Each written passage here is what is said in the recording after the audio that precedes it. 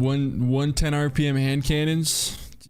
Just bad news. And I honestly never thought they were that bad, but that's mainly because I'm on PC and they're honestly not horrible at all. But these things on console are just an absolute tragedy. There is zero reason to use them as it currently stands. Now keep in mind, I will fully admit that I do not have the best perks on both of my Duke Mark 44s. I'm not claiming to have the best perks, and the gun would definitely be significantly better with, you know, the best perks possible. And really the only thing you can do with this weapon is go for damage enhancing perks and hope that you can get a 2-tap.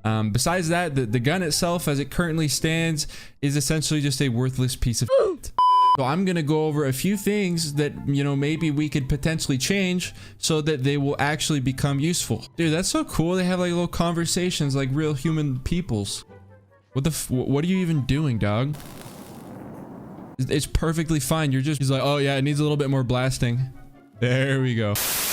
Hello lads, I've recorded this many times. I didn't even mess up, but it just seemed to be really boring the way that I was talking, and I would like to redo it. I would also like to preface this video by saying that I am using Bottom Tree Striker, and it's because I'm just a boring and flavorless person. Moving on to what makes 110 RPMs so bad is that normally when a developer is balancing the game, if something is really good in a specific category, they will try to balance that thing or that weapon or whatever by making it not very good in another category. And for some reason, Bungie has identified 110 RPMs as dangerous territory. 110 RPMs are very good, so what we must do is we must make their reload terrible, their aim assist terrible, and their handling really bad, which is a mistake in my opinion because in PvP at least, 110s are just bad by nature. The RPM, the rate at which they fire are just not very good for PvP.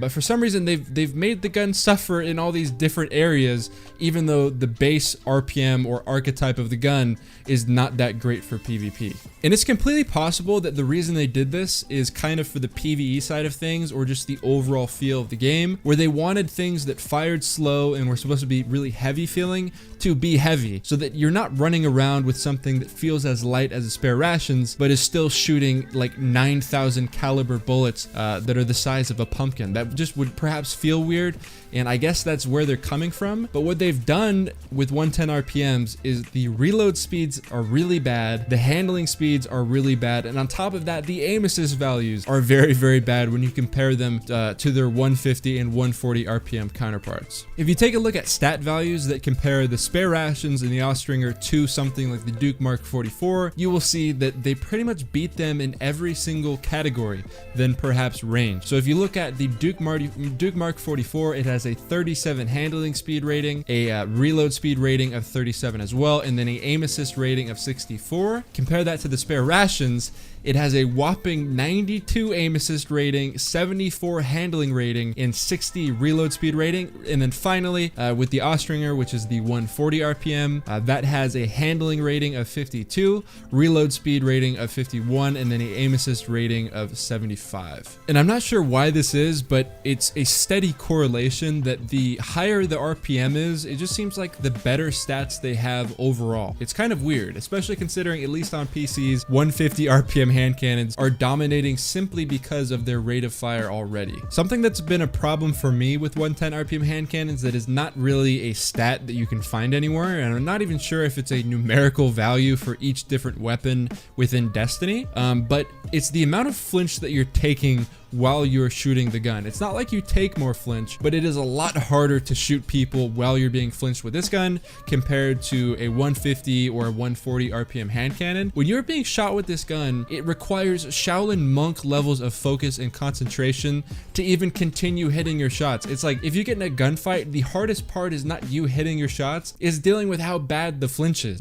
For some reason, the way that flinch interacts with 110s, it makes it way harder to shoot compared to pretty much any other weapon. And given the fact that the aim assist value is also really low for 110s, that makes it even worse on console, because as it currently stands, 110s are not that horrible on PC, because the redeeming factor of them is when you pair it with kill clip or rampage, and if you can run around and 2-tap people, it's a useful weapon and ends up being a lot of fun to use. But it's especially bad on console, and I've seen so many comments that have been left on my videos where I've made a video about a gun that is quote unquote bad according to me, And everyone that plays console is like super pissed off because like, hey dude, 110 suck dick. What are you talking about? This precision hand cannon is good on console. You know nothing. When it's just because there's no aim assist on PC, so the aim assist value doesn't really affect my opinion of the gun at all.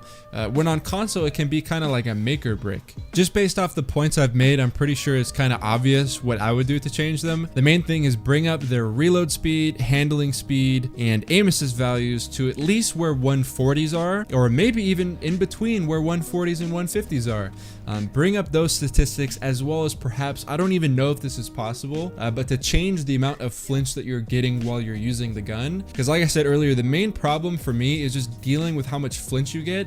It's not like you're getting more flinch, but when you get flinched while you're using a 110, it's significantly harder to hit people than it would be if you're getting flinched while using like a spare rations or a thorn or whatever. For some reason, it's like when you're getting shot by this thing, it's so much harder to aim because each bullet counts. If you miss a single bullet, you're pretty much toast. That is pretty much it for the video. Hopefully you enjoyed it. Do you agree with what I'm saying? What would you do to change 110s? Just leave a comment in the comment section down below, and I will be reading the comments for potential solutions. And if you're already subscribed and you want to make sure that you don't miss any of my videos, go ahead and click on the bell next to the subscription button, and that will ensure that all my videos actually pop up in your sub box.